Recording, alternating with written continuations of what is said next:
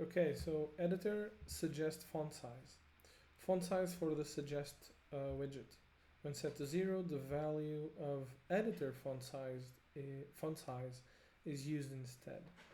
And at the moment, this is set to 14. So I'm going to open the suggestion. Actually, I'm going to change to 14 first and open the suggestion box.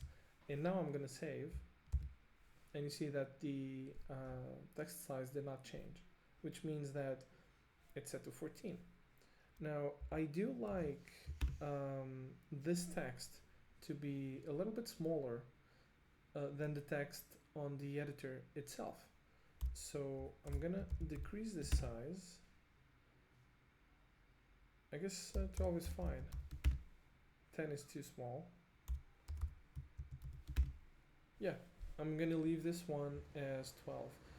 I may change this in the future because eventually I'm gonna change theme to Cobalt 2, but I'm gonna leave 12 for now because it just makes it a little bit smaller and a little bit more elegant.